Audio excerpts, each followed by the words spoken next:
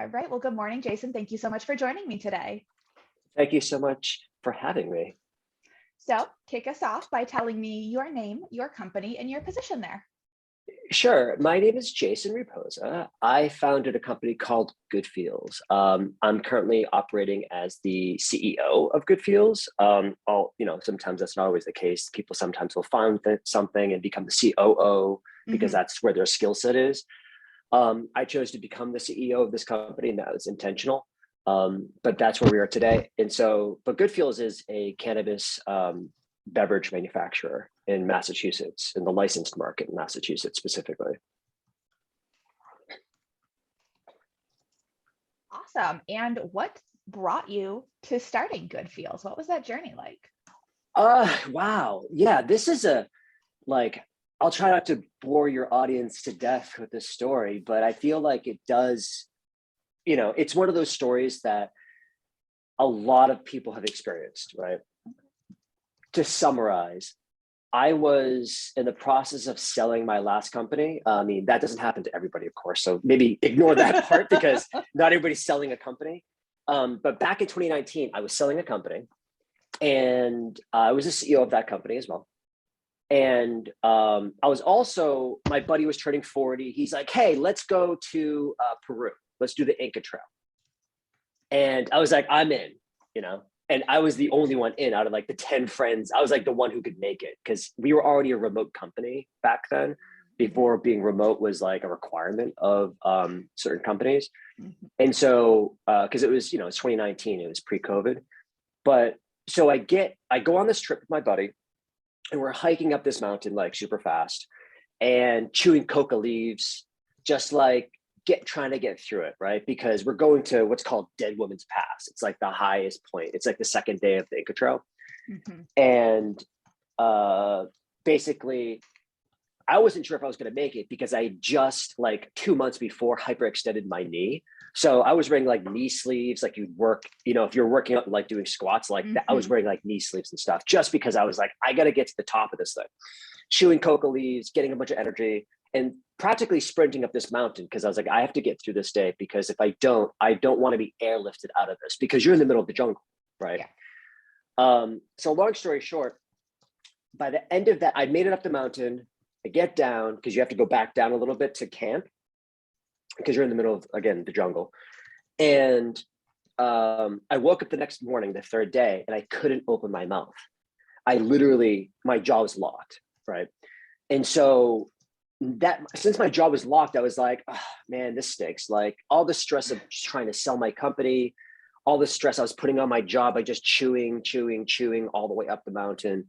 I ended up locking my job. And I hold a lot of stress in my neck. It's kind of the thing that I do. Anyways, the reason why I started the company was because after I got back from Peru, I started going to doctors. I started going to a dentist that specialized in TMJ issues. And they were, I was taking like 6 naproxens every day, like a leave basically, which you're supposed to be taking 1 every 24 hours kind of thing, because it destroys your stomach. And I was taking 6 of those a day for inflammation. I was getting shots in my head, like needles in my brain, practically, like, trying to reduce the inflammation to be able to open my jaw again. And nothing was really working. And I was just like, what is going on? So I ended up like, this is the part that is reflective of a lot of people, right? In my situation, none of the traditional or the prescribed ways of doing things was working for me. And so I tried cannabis. I was like, maybe this is for me. And I'm not a legacy cannabis user, right? I'm 20 years removed from that time, right? So I hadn't done any cannabis in 20 years. And so I was just like, I have to try it because I heard it's good for inflammation and all these things. So I tried it, and I tried it by vaping it in the beginning with a flower vape. And then I got some success and I was like, all right, this is okay. And then I was like, well, I don't really want to be vaping this. There's got to be a different way to do this. And so I found some kind of new technology that was just coming out back in 2019, which was the idea that you could put cannabis oil into water, right? Not really knowing much about it. It just sounded like salad dressing to me, right? I was like, oil into water, you put an emulsifier. I get it. It makes sense. And so I started looking into the ingredients, right? You just, as anybody, also as a vegan, I'm always looking at an ingredients list, right? Whereas there contains milk in this, so I can just not buy it. Mm-hmm. So I looked up the different ingredients, and there was some listed like guajillo extracts and stuff like that. And I'm just Googling them all, right? Just be like, Mm-hmm. what is this? I'm not in CPG. I've never made a beverage before. Like, what is this all about? And so I started looking through it all. And it turns out that they're using emulsifiers, of course, right? A surfactant, emulsifier, basically a hydrophobic side and a hydrophilic side, something that will put water and oil together, right? Whether it's a good formulation or not is, that's something that I figured out later. But in the original formulas that I was trying, I was like, oh, this actually works better for me right now, because I don't have to vapor smoke it. And it seems to be pretty effective for me. And so I started, because I had been burned by CBD oil in the past, like, does this even work? This is all placebo. Like, I don't understand it. It didn't help me. But then when I tried something that actually worked, specifically water compatible technology, I was like, this is something really, really interesting. And so I sold my company, and then I worked for that company for a number of months later, like maybe like 9 months or something like that. And then January 2020, right before the pandemic, I was let go. Right. And I sold up the company, something I had been working on for 11 years at that point. And I was let go. And I was just like, I guess just that's what happens, I've heard that story before. And I was like, I guess it happens to everybody, it doesn't matter how good you think you're performing. You're not always meeting up to expectations of, others. And they chose to go in a different direction. So I was like, fine. But after that, I was like, well, what am I going to do next? Right. I kind of sat around for a minute, and then I was just like, well, this cannabis stuff is kind of interesting. And I don't really see anybody doing it in Massachusetts. And, it's still back then, but also to this day, it's still state by state. Mm-hmm. You're in this walled garden of Massachusetts that you can't escape, right? Unless you go and plant your flag in some other state and rebuild it from the ground up and go through the entire licensing process again, and et cetera, et cetera. And 18 months later, you're launched in a different state. Or alternatively, you can do the asset light approach, which is what CANN does. And Jake over there, they take the producer partnership kind of role, right? Where they don't actually own the equipment. They only own like the brand. So I said, I'm going to plant my flag in Massachusetts, and I'm going to create originally it was the beverage enhancer style. So the water compatible that comes in a busted round tincture bottle. That's what I started with first. So those are the first formulas I developed. And then as I started getting more into it, I was like, there was Can come up, and I was like, oh, they're making seltzer with this, the same technology. I understand that. And so I said, let me do a beverage too. I bought all this seltzering equipment and hooked up all these. I learned so much about plumbing. It was kind of ridiculous. Just like an Oetker clamp in like all the different fittings, like layer fittings and, all these bushings and connections. And, the way I explain it to people, and that's the origin, basically. It's like, I was curious, right? I kind of go where my brain takes me. But typically what ends up happening is I have an idea, and usually it's a big idea, right? With all my ideas start like typically very, very large, right? And then I say, well, how do you eat an elephant, right? One bite at a time. And so I just conquer one small problem at a time until it becomes kind of a solution to like a slightly bigger problem, right? And so that's why I started with tinctures. I was like, let me just figure this out. And so I reverse engineered their formulas. I figured out different emulsifiers to use. And I went through about 4 or 5 of them. Even some crazy stuff like cyclodextrin and all these weird things I'd never heard of before. And, the guajillo extract, tween 80 polysorbates, et cetera. And then I eventually realized that this could be applied to other things, right? And we don't use any of that original technology that I developed since, but I started and I had to learn everything from scratch kind of thing, but being a startup person, that's the position you kind of put yourself in. And those are the challenges I generally kind of like. And I also try to I try to excel at those types of things where I'm just put a challenge on myself to see like, can I actually figure this out? Would you describe yourself as a serial entrepreneur? I mean, I generally don't like that term, Okay. but not because, I mean, entrepreneurship is a beautiful, beautiful thing, but serial entrepreneurship to me is like, almost sounds like an addict. Like I can't wait to sell this company so I can move on to the next company. You know what I mean? Mm-hmm. So that's more that driven, like I can't wait to start a company, raise a bunch of money, bring it to, X millions of dollars in valuation, and then move on to my next thing, right? Where I view it as, and I've been starting companies since I was a kid, right? I was the kid with the lemonade stand. I was the person who was working on margins when it came to how to sell bubble gum on the bus, right? I was that kid. And like, if I could buy it at the flea market for $5 for a case of gum, and I could sell it on the bus for 25 cents a pack, I'd make, almost 100% margin on those things. And so I was like I was like ready to go. But of course, your bus is only 30 kids, right? So like your audience is fairly limited, although there is that natural kind of like attrition where, you can't just chew the same piece of bubble gum forever, right? So you there's need that. more gum, yeah. Yeah, you're always going to need more gum. Anybody with any kid with gum on a bus is like going to be hounded. Everybody wants gum, right? So I started a number of companies basically my entire life. I've only had a success at a few though, right? Basically what I'm saying is entrepreneurship seems almost like an addict where I have to always do it. In reality, I just start with curiosity. That's how I started everything. I was like, I wonder how this works, right? And then if I see an opportunity in there, I may go down that path, but oftentimes I don't.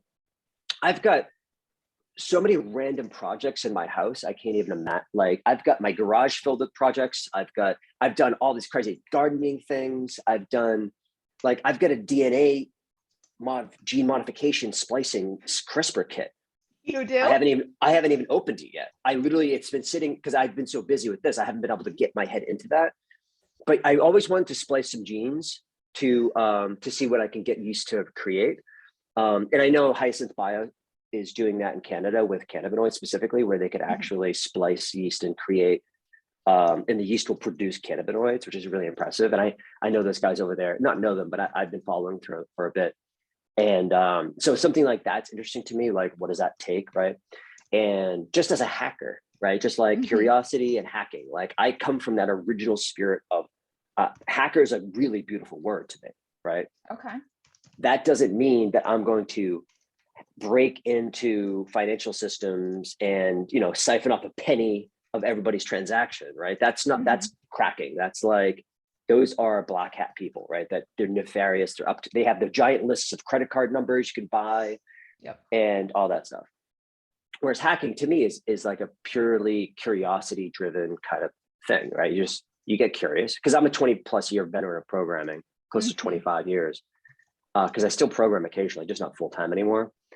And I feel like it's kind of that art is still there and present with a lot of people, especially in my field, in my previous field of computer programming.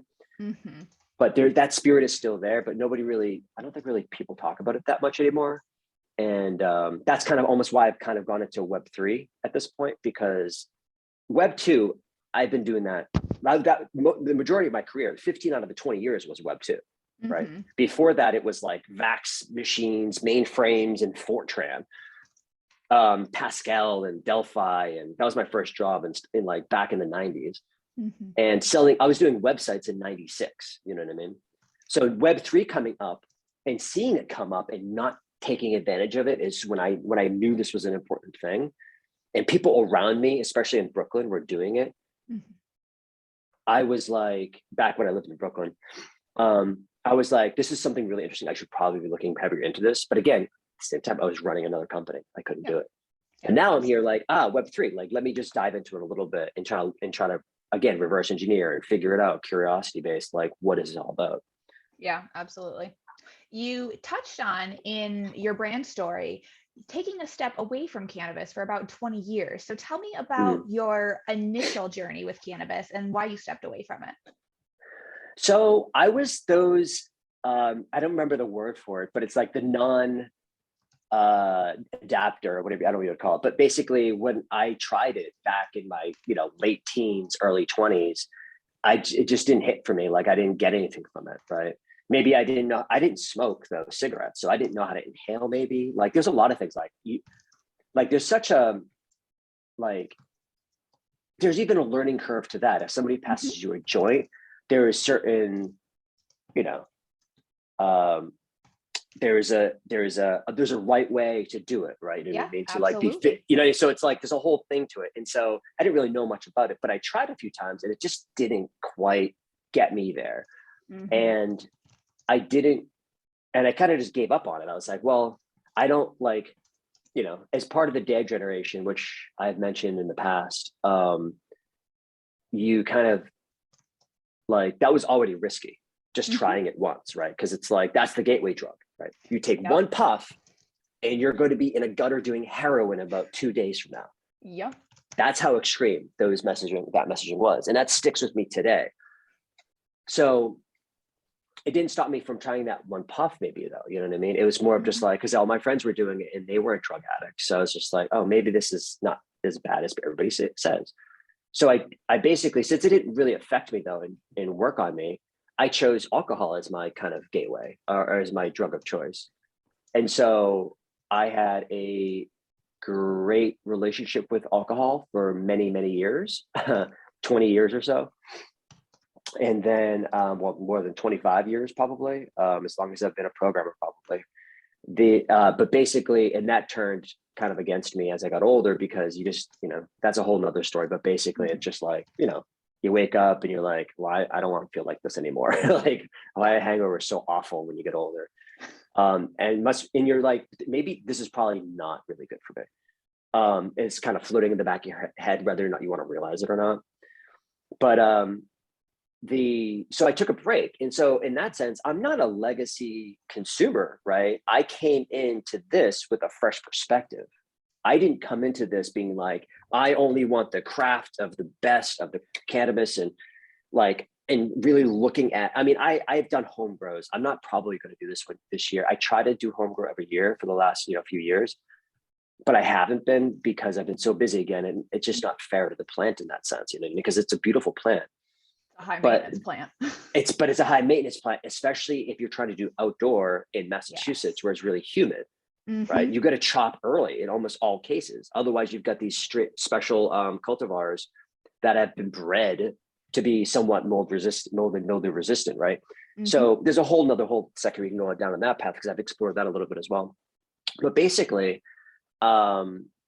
I'm not coming from that legacy perspective where it has to be like this craft experience and this beautiful smoke and stuff like that, because I don't really want to smoke.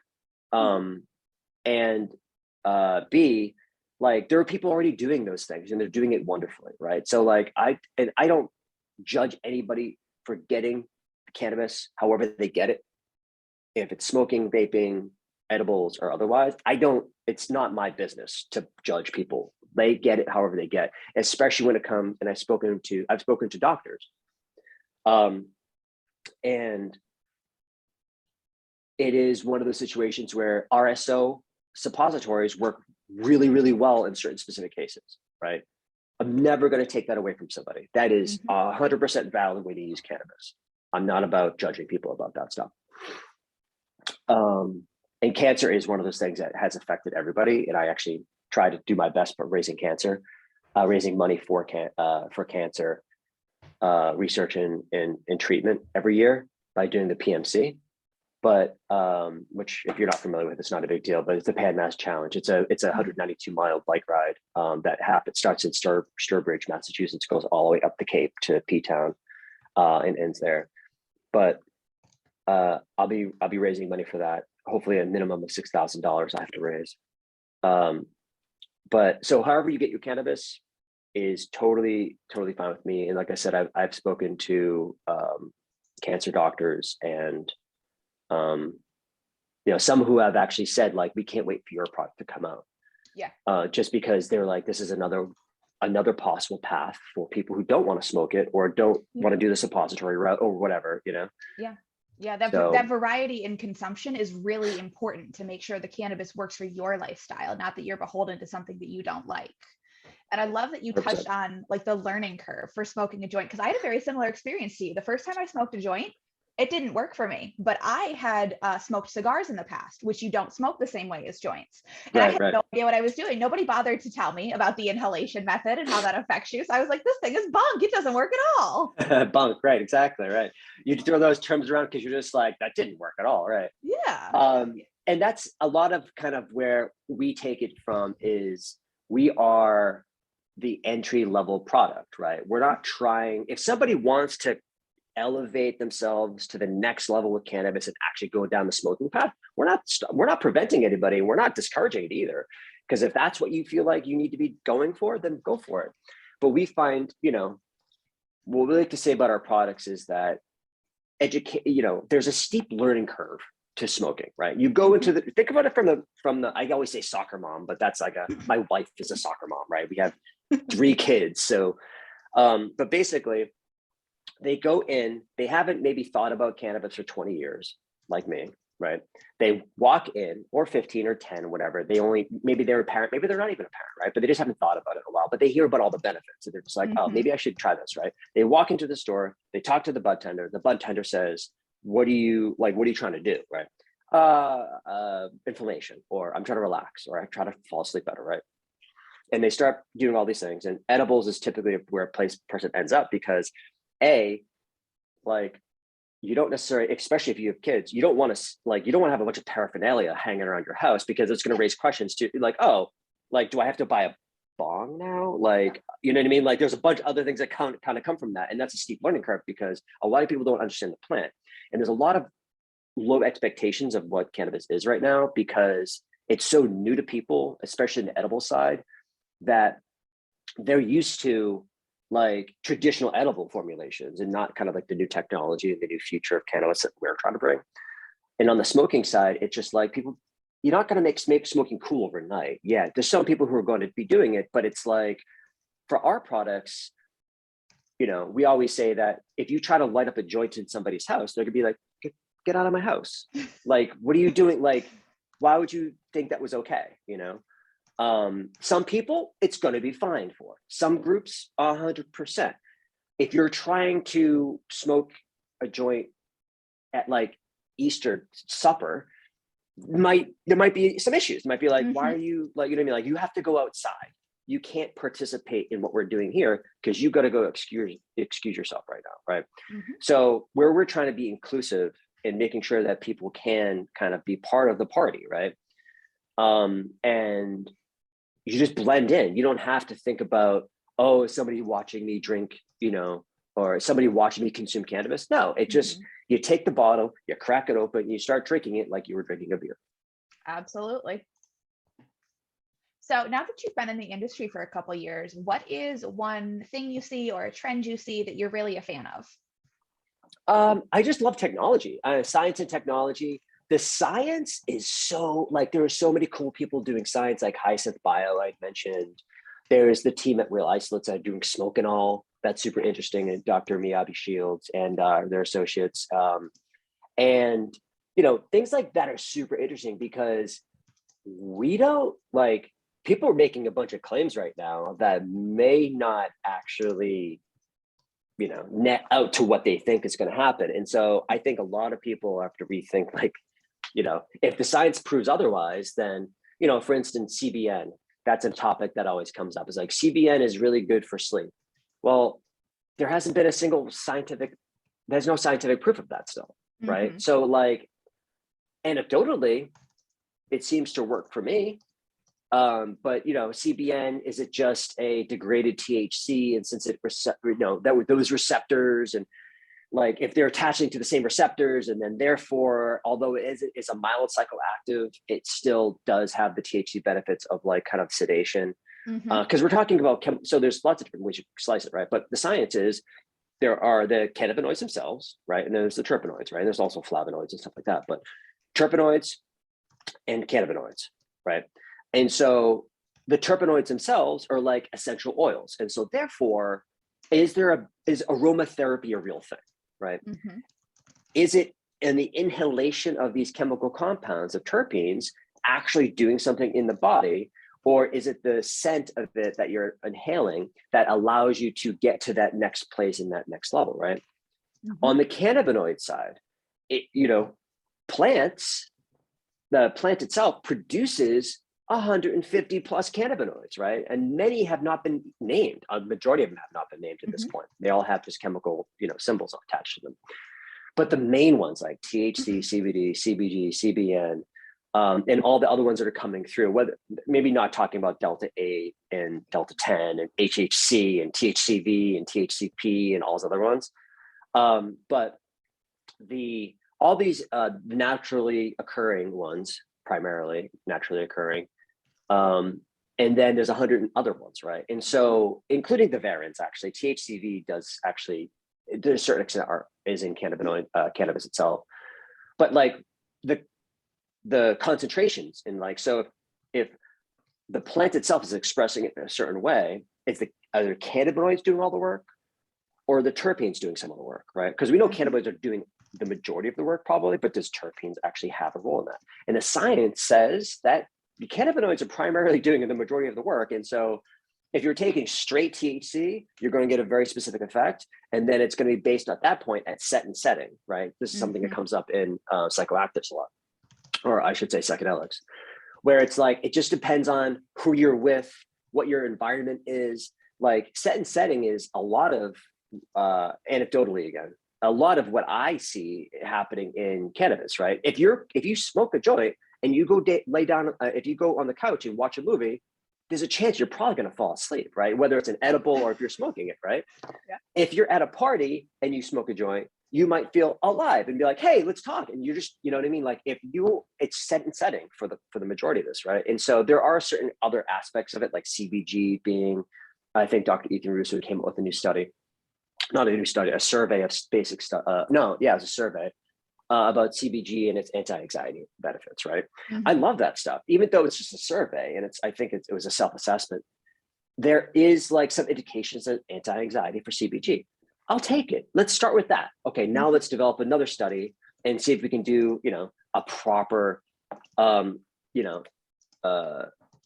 placebo-controlled, double-blind, study, and then we have something, right? And so, like, until those actually happen and they're not funded directly by a manufacturer like myself, be like, hey, let's go prove a bunch of things about my products. Yeah. You don't really have that. You want to have it fairly impartial. Although at the same time, we might have to just do some of this on our own internally, just to verify even some of the stuff, and beyond that, to be able to make additional potential supportive claims. But I don't want to go down that path because then you get into FDA and other stuff, right? So you have to be careful with what you say. But that's what excites me now is the science and trying to prove out some of these theories that people have, right? Whether it's anecdotal today, it may be science fact in the future, or it might just be bunk. Absolutely. So on the other end of the spectrum, what's something you see that you are not a fan of? I mean, the scapegoat right now is synthetics, but I think having gone down that path and having synthesized Delta 8 myself in a reflux chamber and, the old SOPs that were floating around Future 4200 and hitting up a bunch of people, like I've gone down that path just to experiment. Again, curiosity, like how do you actually do this? I've never had a short path. What does that cost? Like, how do you do it, right? And so I think that is an easy scapegoat right now, but I won't say that because there potentially is some medical benefits from these things also, right? So again, they haven't been studied and I'm making any claims that they do, but they may. And so I don't want to put them down immediately just because it doesn't. However, I have been educated a few times on isomers, which has posed issues in the past. Are you familiar with isomers? Are you talking about like an isolated THC cannabinoid and an isolated CBD cannabinoid as opposed to in the entourage effect? No, I'm talking about the actual chemical itself. When an isomer is basically when you change. So if you think about a cannabinoid, say be CBD, for instance, right? CBD, let's do THC because that's easier. So Delta 9 THC looks like a specific chemical compound, right? Yep. Then there's Delta 8 and there's Delta 10, and they're slightly different, right? And it depends on kind of what it is. And I'm not gonna It's where the double bond accurately do this. on the carbon hydro chain, isn't it? I'm not even that scientifically skilled. I'm going to say that they're chemically, the bonds are different, right? The double bond on the hydrogen chain is on a different link. That's why it's 8, 9, and 10, because it tells you which link it's on. Exactly. So if you take 8, for instance, right? This is the early education. I spoke to the chief scientist over at a lab once, and they'll remain nameless because I bet they would appreciate that. But I spoke to them back when I was doing Delta 8 synthesis, and I was like just trying to figure out like how it all works. And Delta 8 started coming out, and all of a sudden people were putting Delta 8 beverages, and I was like, oh, I don't know about that. I don't know if I'd go that far, right? Because I know it came from a lab; it didn't come from the plant, right? Yeah. But I'm looking at it and I'm thinking to myself, okay, maybe there's some benefits to it. But basically, if you look at that chain, an isomer is when, hopefully I'm getting this 100% accurate. Google it. Search it up, as my kids say. But basically, it's when one of the bonds can be somewhat in a different position, just flipped like that. Okay. Mm-hmm. So, trigger warning. This is kind of a horrific story. Is that okay? Yeah, sure. Okay. So you can always edit this and cut it out. But basically, I really wish I could remember the chemical compound. The conversation happened over a year ago at this point. Or even longer than that, almost 2 years ago at this point, because we're in 2022, which is insane. Over 2 years ago. So basically, if an isomer is a situation where one of the bonds is flipped, right? So it just looks a little bit different, and therefore it maybe attaches a little different, right? Because of that flip. And so when you synthesize Delta 8, you don't know if you're getting which isomer you're getting. There might be 5 different isomers. It might be just flips all over the place, right? And so when you synthesize it, you're not getting like purely like one isomer, you're getting potentially a group of them, right? However, there was a case back in the 70s where there is this nausea medicine for pregnant women, okay? And they were like, hey, we found this miracle compound. So now there's no such thing as morning sickness. You take this pill and you're fine, right? What happened was, in their studies, they found that it was effective. When they released it to the public, it turns out it actually started having birth defects. What happened was the chemical, when they produced it at scale, had different isomers. And depending on which one it would produce birth defects. So they pulled it from the market. Then they revised it to say, we're only doing this one isomer. They re-released it, and it happened again. It turns out in the body, something was happening where it actually would redo the isomer or something like that and reattach wrong. And I'm butchering the story a little bit. But the point is, messing with isomers is a risky path to go down. Because when you synthesize these chemicals, you don't necessarily know exactly 100% what you're getting sometimes. And so, yes, the lab said, if the lab chromatography says, you got a spike right at Delta 8, you got all Delta 8 here, that's because it's based on weight. It's dependent, so they all weigh the same. They're identical except for one flip. So you can't tell which one you get, right?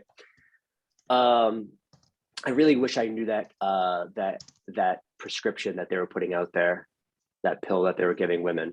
I wish I could remember the name now, but you can put it in the show notes. I have not heard that before. So that is a really interesting response. I'm familiar with, the concerns around Delta 8. I myself has not tried anything Delta 8 because the fact that it is synthesized in a lab makes me very uncomfortable. But I wasn't aware that there was such variety in products, which could definitely account for some of the complete opposite reactions that people are having to these products. It's not just and it depends on the people who are processing it, right? So there's certain people you can trust and certain people they're out for money, right? So what am I actually upset about in the industry right now? I'd say people who are posing as altruistic, but are actually in it for the money. So for instance, a lot of the Delta 8 manufacturers who are just like, or the people who are doing right now, Delta 9 by weight, that whole hemp thing. So I have an edible and it weighs 50 grams, this big edible, and I can put in up to, under 0.3% THC in that one edible. And so therefore by weight, it's legal as hemp. Right. That to me is, and now we're talking about putting 10, 15, 20 mgs of Delta 9 THC, a controlled substance, in, whether you agree with the fucking rules or not, it's still considered a fairly illegal substance right now. You're putting that in an edible and you're selling it, and it's a very gray, and in my opinion, it's probably more closer to the darkest shade of gray in that case, because it is really you're trying to really construe the law in a way that is just benefiting you for monetary purposes, because they don't want to go through the actual process of setting up a licensed operation like we did, because it takes it's so capital intensive. It takes 18 months. And at the end of it, that's just so you can make a single dollar, right? And then you have to actually start growing it from there. Whereas they're just like, all right, I've got a gummy machine, I've got a basic gummy formula, and I can take hemp and turn it into Delta 9, and then I'll start just generating profits like a week from now. So that really bothers me, is that like people who are just who are saying, hey, it should be for everybody, but they're just going for the money, right? So, the whole federal legality thing, MSOs who are getting into new states, and I'm gonna get shot for this probably, but New Jersey just announced like the winners of the lottery or whatever, and there was like 12 MSOs in that list, and it's like, yes, they have to be able to make sure there's enough supply for the consumers in New Jersey, so they need some bigger players in there. But it's interesting to see all of these MSOs coming in and being like, hey, we won the lottery. And it's just like, you lobbied the crap out of people and got in front of the right people to make sure that your name was selected, is what I suspect. But I mean, Illinois had a similar outcome in their lottery as well, but it was very MSO heavy. So, it's certainly interesting to see play out again. And I think it takes me right into my next question, which is, with all these MSOs coming into this space and really trying to homogenize cannabis, how are you and your company pushing for diversity and inclusion in the industry? We have our diversity plan. That's a requirement through the CCC. We, beyond just hiring diversely, we're also selecting vendors diversely as well. So we do go a little bit above and beyond to make sure that, make sure that we're actually selecting from social equity as much as we can. So, forming different relationships there. And so we're pretty good about that stuff, but we can always get better. I'd say as far as like homogenous goes, like, it's one of those situations where I think a lot more could be done if they just did what we did, which is do like a do no harm pledge. Because do no harm means not just the environment, right? It's about people too. It's your employees, your community that you're in. Like, all those things matter when it comes to do no harm, because if you just pay people a living wage and you raise them up a little bit, and hopefully eventually we can get to a thriving wage, but the MSO, here's the problem. The MSO model is so like backwards, right? They're using public funds because they're publicly traded, and they're underperforming constantly. And like, they always do this creative accounting, which is just like, hey, all right, ignore this thing, and here's all the money we made. And investors are like, yeah, you made a ton of money. But in reality, when you add that one thing back in, and New Cannabis Ventures, is that the site, does really good reporting against this by basically calling a lot of MSOs out and be like, yeah, you said you made $50 million, but you actually lost 50 million if you add that 100 million losses in.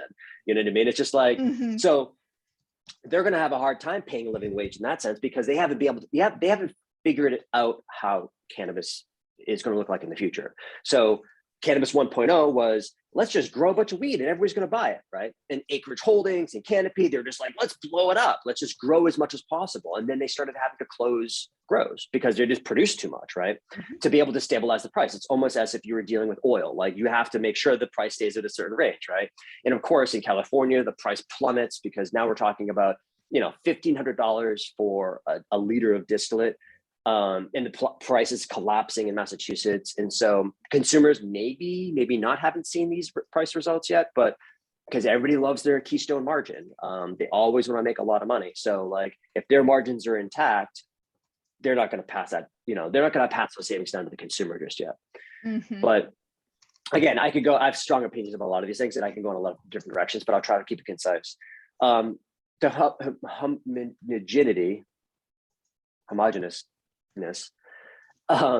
it's going to be a struggle for MSOs to get there, because I just don't feel like they're well equipped to be able to take on those challenges like we can as a small company.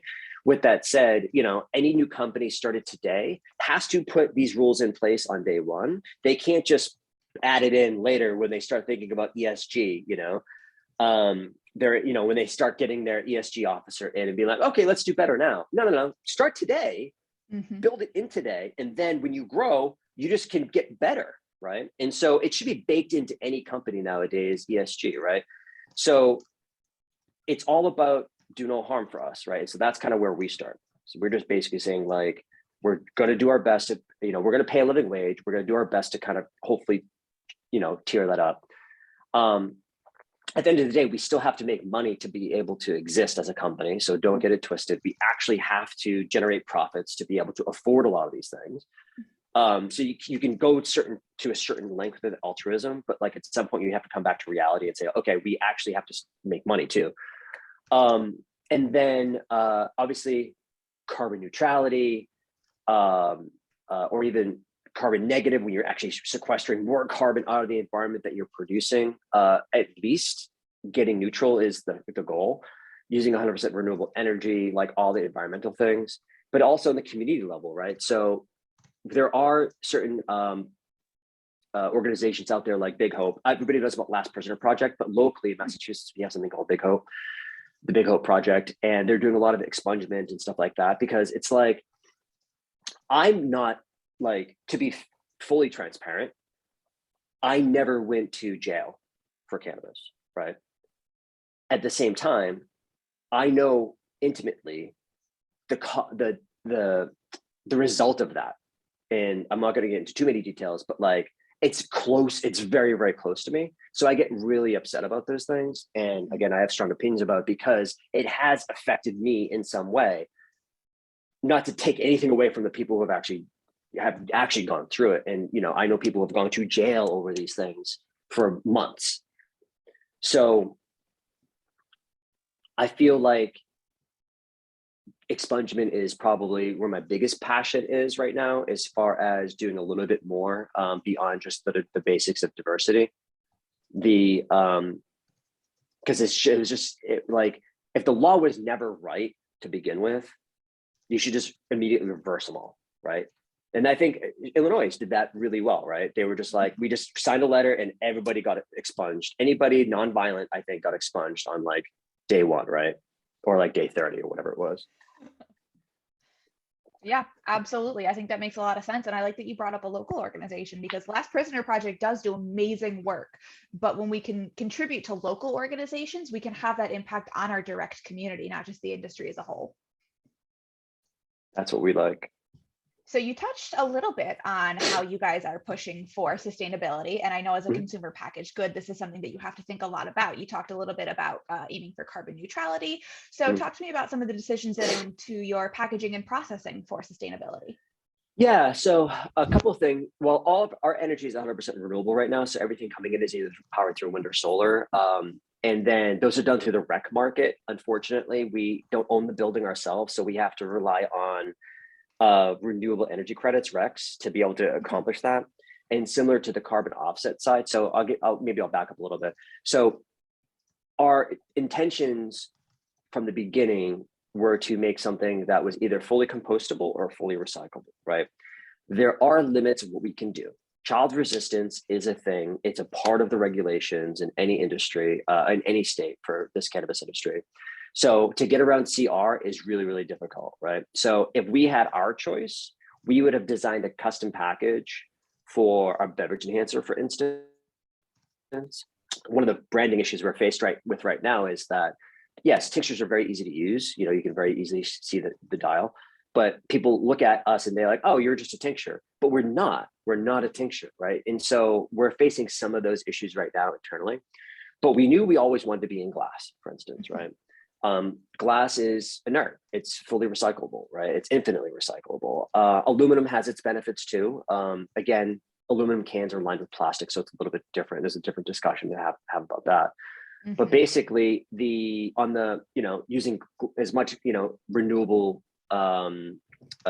materials like that is really, really important for us. But getting to the carbon offset side, so we offset all of our employees' commutes, for instance, right? So if you're traveling in from one part of the state to our facility, we offset that carbon, right? Then beyond that, we offset all of our freight coming in as we get an order of bottles or something like that, right? So bottles have to come from Missouri, I think is our supplier. And from Missouri to Massachusetts is a certain impact, right? And so we can calculate that based on weights and based on all this other stuff. And then we can build that into our carbon offsets. So then we pad like an additional 10% above that just to make sure we're covering as much as we can. And it's something that's easy for anybody to do, really. I mean, there's 5 or 6 different providers of this service out there for businesses, right?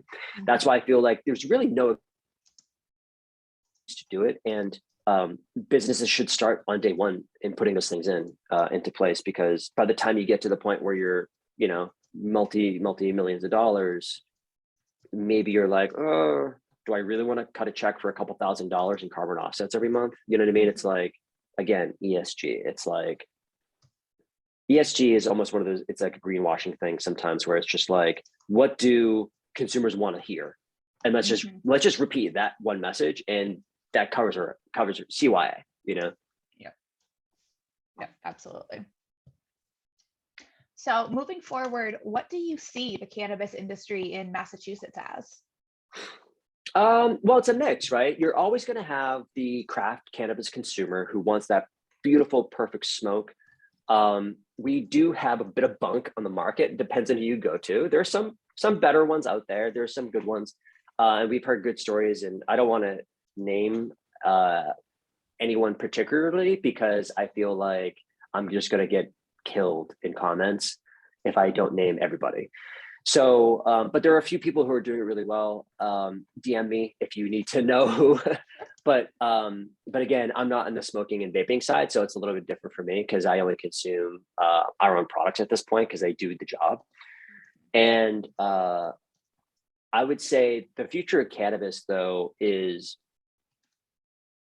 us. I mean, we are the future of cannabis, and so it's a kind of a bold claim, but like products like ours as well. And when I talk to specific people, I have just had an email exchange with somebody, and they were like, the more cannabis beverages, the better, right?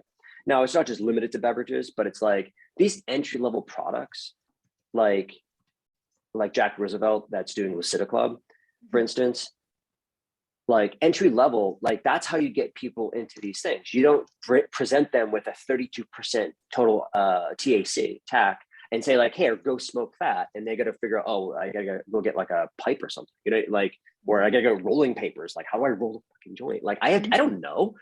I think I did it for a minute and I got kind of okay at it, but then I ended up getting like one of those roller machines, because I was like, forget it. And so that was a memory. I didn't even remember that moment, but now you just triggered that memory, because I literally I forgot about that time when I actually had like a little rolling machine. So I did at some point was interested enough that I actually curiosity again. I was like, oh, let me figure out a faster way to do this so I don't have to do it myself. Efficiencies.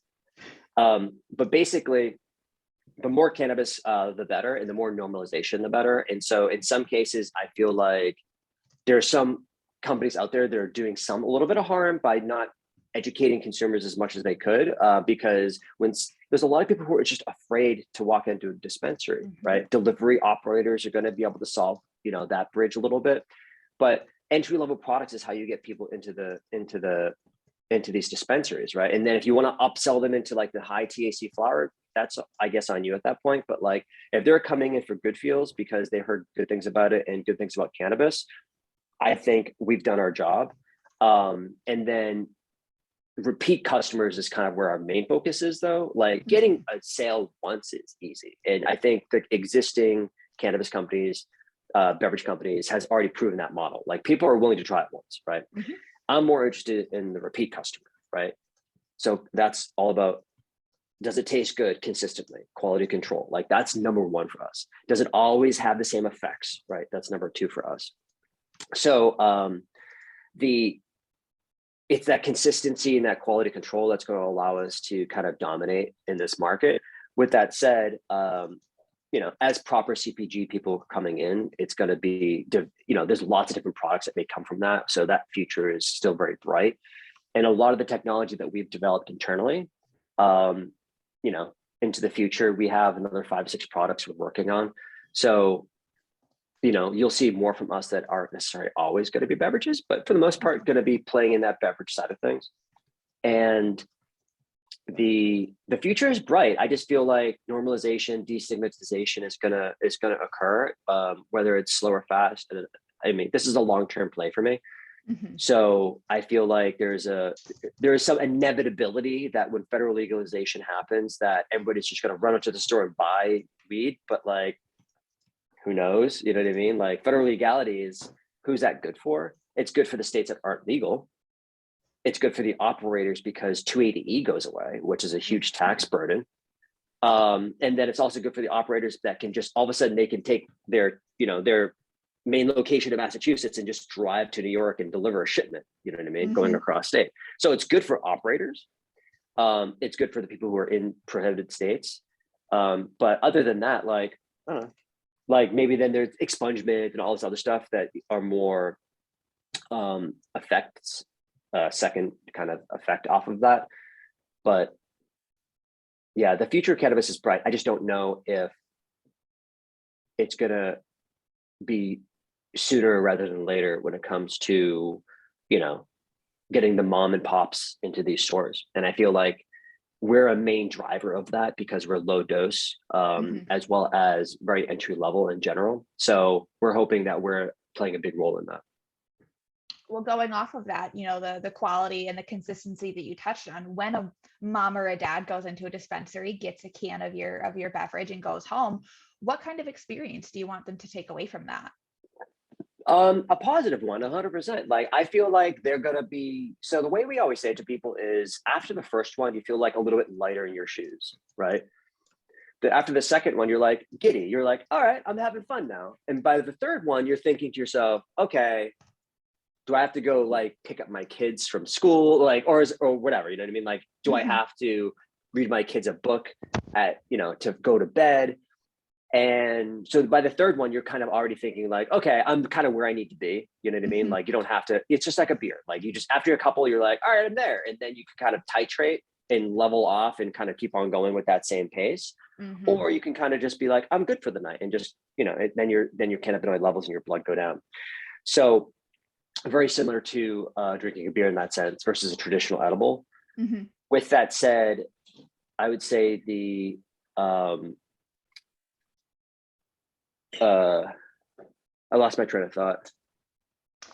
They have 3, they're having a great time. They can have more, they can have now. Oh yeah, what are they? They don't wake up the next day with that hangover that you're like, oh God, why? Exactly. So, I mean, I obviously want positive experiences from this, but at the end of the day, it's,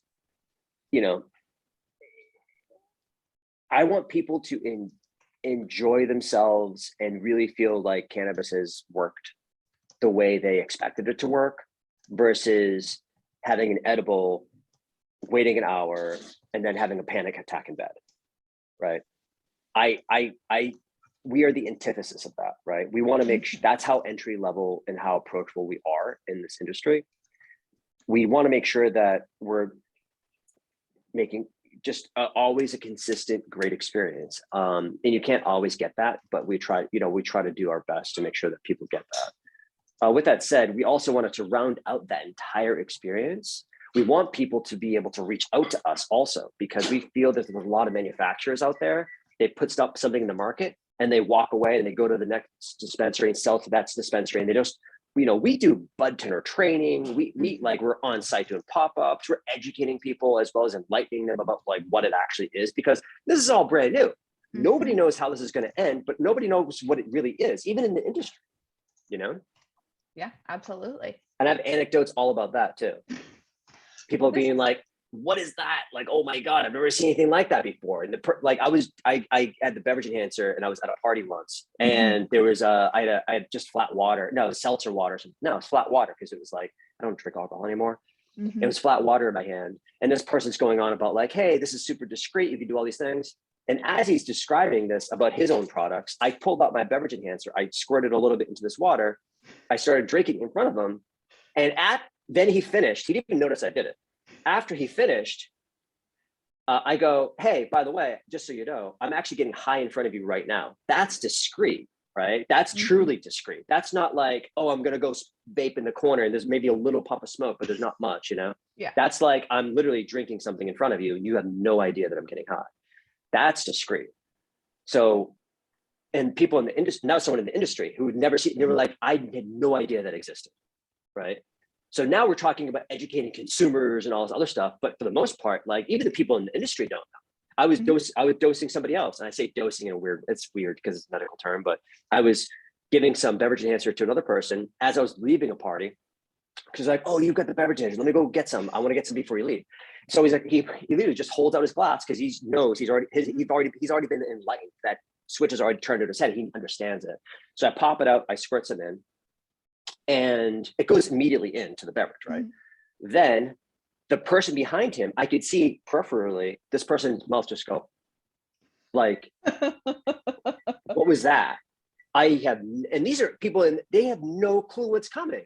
Nobody has any clue what's coming. And so it's great to be where we are today, knowing that in a year from now, after all these switches have been turned on to people's brains, we're going to get those repeat customers coming in on a monthly subscription over and over and over again to purchase these products because they get it and they understand it. But again, the future is here. It's just not widely distributed. Yes. It goes directly back to what you were saying about science and technology. 5-10 years ago, we could not have done this. And now we just have such a wealth of options at our fingertips. So this has been absolutely phenomenal. And I really want to respect your time. So I just have one more question for you. Sure. But before I get to that, is there anything that I didn't ask you or that we didn't touch on that you just want to mention? Oh, no, because if I talk again, I'll probably go off for like 10 minutes. Alrighty, then I will just close with, what is your favorite fun fact about cannabis? I would say trichomes. The plant itself doesn't contain the cannabinoids. Trichomes are secondary metabolism, and that's where everything is ultimately. The majority of it, anyways. So the plant itself, however beautiful it is, and there's a lot of people who are creating these beautiful, like they could do what's that? We're talking about like canna bonsai tree. Bonsai. Yes. You can do beautiful things with this plant. It's a beautiful plant, and and it has so many utilities, and as far as hemp stock goes, and all this other stuff. But you're talking the actives, the cannabinoids. We're talking about like these little bubbles of, and this is something that Frenchie Cannoli was harping on. Like that's how I learned all this stuff. Frenchie Cannoli back in the day, not back in the day, years ago now, but about like the trichome and seeing pictures of what a trichome actually is, like blew my mind. And so I love that fact because again, there's like only people in the industry and cultivators more specifically understand a lot of these things. And I think that's a wonderful fact that like the plant itself doesn't produce cannabinoids. It's a separate metabolism on top of literally the plant that is creating all these cannabinoids. Yeah, absolutely. It is a fascinating, multifaceted plant. This has been wonderful, Jason. Thank you so much for sharing your time with me. I really appreciate it. Thank you so much. It was a pleasure. Yes, you were.